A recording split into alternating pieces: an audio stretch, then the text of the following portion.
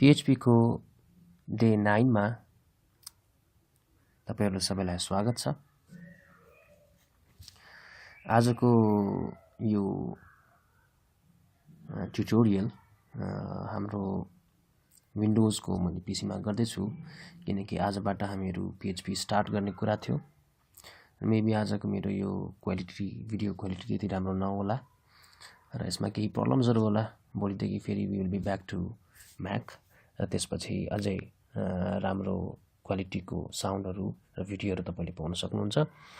र आज मैले विन्डोज युज गर्नुको मेन कारण यो हो किनकि आजको यो भिडियोमा तपाईहरुलाई म केही सेटअपहरु गर्न सिकाउनु छ तपाईहरुको पीसी मा तपाईहरुको विन्डोज मा किनकि PHP को कोर्स गर्नलाई हामीले केही कुराहरु जान्न जरुरी छ। सो फर्स्ट थिङ PHP किनकि यो सर्भर साइड स्क्रिप्टिङ ल्याङ्ग्वेज हो त्यही भएर यसलाई रन गर्नलाई पनि हामीलाई सर्भरको आवश्यकता पर्छ। यो यतिकै हाम्रो क्लाइन्टको मेसिनमा रन हुँदैन र यसलाई क्लाइन्टको मेसिनमा रन गर्नलाई हामीले हाम्रो आफ्नो मेसिनमा आफ्नो पीसी मा चाहिँ एउटा सर्भर इन्स्टल गर्न जरुरी छ र PHP रन हुने केही सर्भर्सहरु छ जसमध्ये एउटा हो Apache सर्भर, त्यस्तै गरी Nginx भन्ने सर्भरहरु पनि छ। तर आज हामीले Apache सर्भर युज गरेर चाहिँ PHP लाई रन गर्न सिक्छौं। सिमिलरली हामीलाई आफ्नो MySQL सिक्नलाई हामीले MySQL को काम गर्नलाई हामीले MySQL सर्भरको पनि आवश्यकता पर्छ र यो MySQL र Apache को बन्डलको लागि चाहिँ हामीहरुले चाहिँ सर्टेन विन्डोज को इन्भाइरोमेन्टलाई सर्टेन सफ्टवेयरहरु पाउँछौं जसमध्ये एउटा XAMPP पनि हो। त्यस्तै गरी XAMPP भन्ने सफ्टवेयर पनि पाउँछौं हामीले। त्यस्तै गरी मैले प्रिफर गर्ने सफ्टवेयर चाहिँ AMPS भन्ने सफ्टवेयर हो जुन तपाईले यहाँ डेस्कटपमा देख्न सक्नुहुन्छ AMPS भन्ने सफ्टवेयर। सो यो चाहिँ म प्रिफर गर्छु। किन प्रिफर गर्छु यो तपाईहरुलाई म इन फ्युचर आउने भिडियोजहरुमा तपाईहरुलाई भन्छु। बट अहिलेको लागि यदि तपाईले अलरेडी XAMPP युज गरिराख्नु भएको छ अर XAMPP युज गरिराख्नु भएको छ तपाईहरुले केही पनि गर्न जरुरी छैन। बट यदि तपाईको लागि यो फर्स्ट टाइम तपाईले PHP को लागि इन्भाइरोमेन्ट सेटअप गर्दै हुनुहुन्छ भने तपाई AMPS डाउनलोड गर्नुहोस् र AMPS को लागि तपाई यहाँ जान सक्नुहुन्छ र गुगलमा गएर AMPPS डाउनलोड गर्नुस्, सर्च गर्नुस्। तपाई AMPS को स्क्रिनमा पुग्नुहुन्छ। ठीक छ, जुन यो फर्स्ट स्क्रिन हो AMPS को यसमा क्लिक गर्नुस्। तपाईले यहाँ AMPS डाउनलोड गर्ने स्क्रिन देख्नुहुन्छ। सो तपाईको आफ्नो भर्जन अनुसार तपाईको यदि विन्डोज XP भन्दा माथिको भर्जन हो भने यो डाउनलोड गर्नुस्। तपाईले यदि विन्डोज XP युज गर्दै हुनुहुन्छ यो डाउनलोड गर्नु। सो मोस्ट प्रोबेबली तपाईहरु सबैजनाको windows 7 or windows 8 or windows 10 नै होला अथवा त्यो भन्दा माथि होला। सो आई रिक्वेस्ट कि तपाई माथिको यो भर्जनलाई डाउनलोड गर्नुस्। सो तपाईले एकचोटी यहाँ डाउनलोड क्लिक गर्नुहुन्छ तपाईले डाउनलोड स्टार्ट हुन्छ। सो डाउनलोड स्टार्ट गरिसकेपछि तपाईले पाउने फाइल भनेको यो फाइल हो। सो AMPS 3.6 अहिलेको भर्जन जुन यो भिडियो रेकर्ड हुँदाखेरिको भर्जन। सो 3.6 भर्जन मैले डाउनलोड गरेको छु र यसलाई इन्स्टल गर्नलाई केही गाह्रो छैन। जस्ट डबल क्लिक गर्नुहोस्। यसलाई डबल क्लिक गर्नुभयो। सो यसलाई मैले यस गर्छु। सो सेटअपको कामहरु केही भइरहेको छ, हामीले एकछिन वेट गर्नुपर्ने हुन्छ। त्यतिन्जेलसम्म तपाईलाई भनिहालौं जबसम्म हामीले यो सर्भर सेटअप गर्दैनौं तबसम्म हाम्रो PHP कोडहरु हामीले रन गर्न सक्दैनौं। र यसलाई युज गर्ने सर्टेन तरिकाहरु छ। AMPSहरुलाई युज गर्नलाई कसरी चलाउने कसरी के गर्ने भन्नलाई केही सर्टेन तरिकाहरु छ जुन हामी अपकमिङ क्लासेसहरुमा क्लियरली बुझ्दै जान्छौं। सो यसलाई नेक्स्ट गरौँ। सो आई एक्सेप्ट एग्रीमेन्टलाई एक्सेप्ट गर्नुपर्ने हुन्छ, नेक्स्ट गर्नुपर्ने हुन्छ, नेक्स्ट। र सकभर कहिले पनि सेटअप गर्दाखेरि हामीले C ड्राइभमा सेटअप नगरौँ, अरु नै कुनै ड्राइभमा सेटअप गरौँ। सो मैले अहिलेको लागि E ड्राइभमा सेटअप गर्दै छु, ओके गर्दै छु, नेक्स्ट। मेबी E ड्राइभ हैन कि F ड्राइभमा, ओके। सो नेक्स्ट गरौँ, यस गरौँ। सो नेक्स्ट गरौँ। सबै थोकलाई यतिकै हुन दिउँ र नेक्स्ट थिचौँ र इन्स्टल थिचौँ। र C ड्राइभमा मैले तपाईहरुलाई AMPS किन नराख्नु भनेको भन्दाखेरि किनकि धेरै जसो केसमा कहिले कम्प्युटरमा प्रब्लम आउँछ, फर्म्याट गर्नुपर्ने केसेसहरु आउँछ।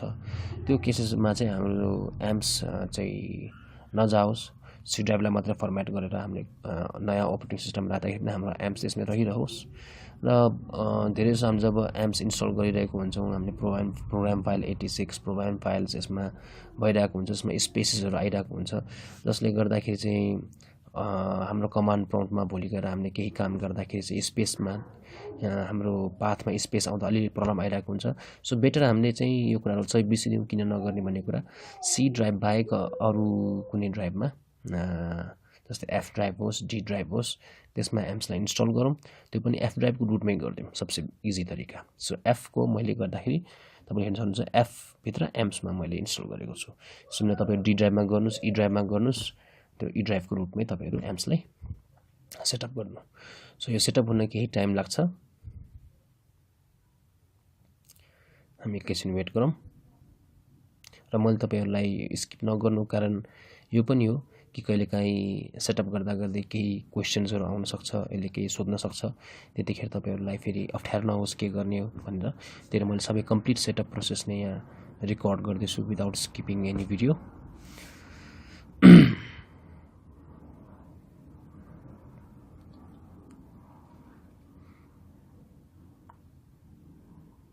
र हाम्रो विन्डोज कहिले 32 बिटको हुन्छ कहिले 64 बिटको हुन्छ र त्यो 32 बिटको विन्डोज त कसरी थाहा पाउने भन्दाखेरि तपाईँ कुनै एउटा फोल्डरमा क्लिक गर्नुहोस् र तपाईँले यहाँ जुन दिस पिसी देख्दै हुन्छ अरू तपाईँहरू विन्डोज एक्सपीमा चाहिँ माई कम्प्युटरमा गएर राइट क्लिक गर्नुहोस् र प्रपर्टिजमा थिच्नुहोस् होइन तपाईँले प्रपर्टिज थिच्ने बित्तिकै यसले एउटा स्क्रिन खोल्छ यसमा हाम्रो सिस्टम टाइप्स यदि 64 बिटको हो भने हाम्रो मेबी हामीले केही एक्स्ट्रा अपरेसन्सहरू गर्न सक्नुपर्ने जुन तपाईँलाई म गाइड गर्छु इन्स्टल गर्नु अगाडि र त्यो के हो त्यो भन्छु 32 बिट हो भने तपाईँको इजिली इन्स्टल हुन्छ 64 बिट हो भने कहिलेकाहीँ कम्प्लेक्सिटी आउन सक्छ नट नेसेसरी आउँछ नि आइहाल्यो भने के गर्ने त्यो पनि म तपाईँहरूलाई गाइड गर्छु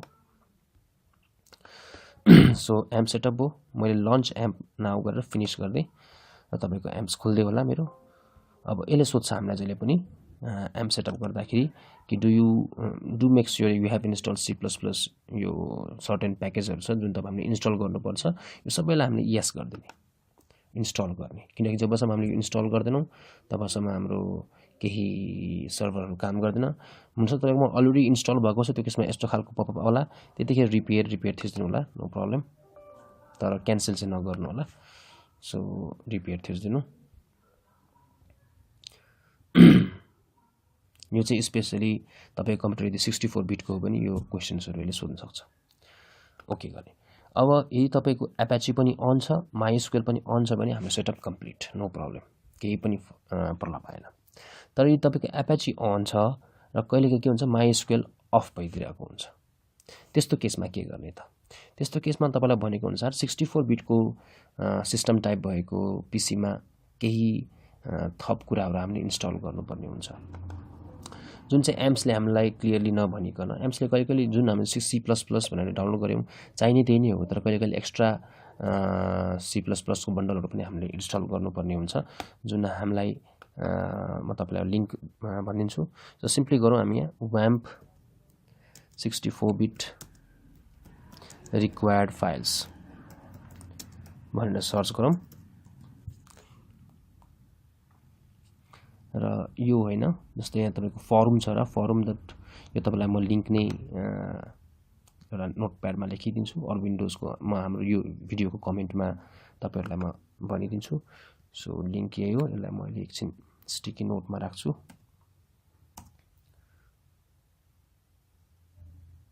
सो बाई चान्स तपाईँको माइस्क्वेल यदि रन भएन भने तपाईँले यो लिङ्कमा गएर केही फाइल्सहरू डाउनलोड गर्नुपर्ने हुन्छ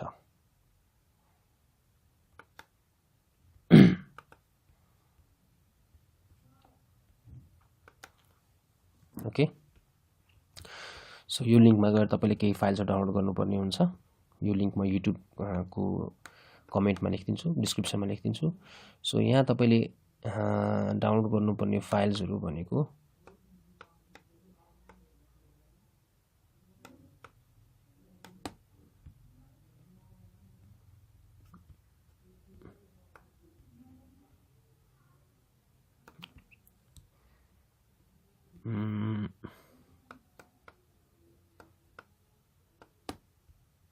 यो फाइलहरु हो है।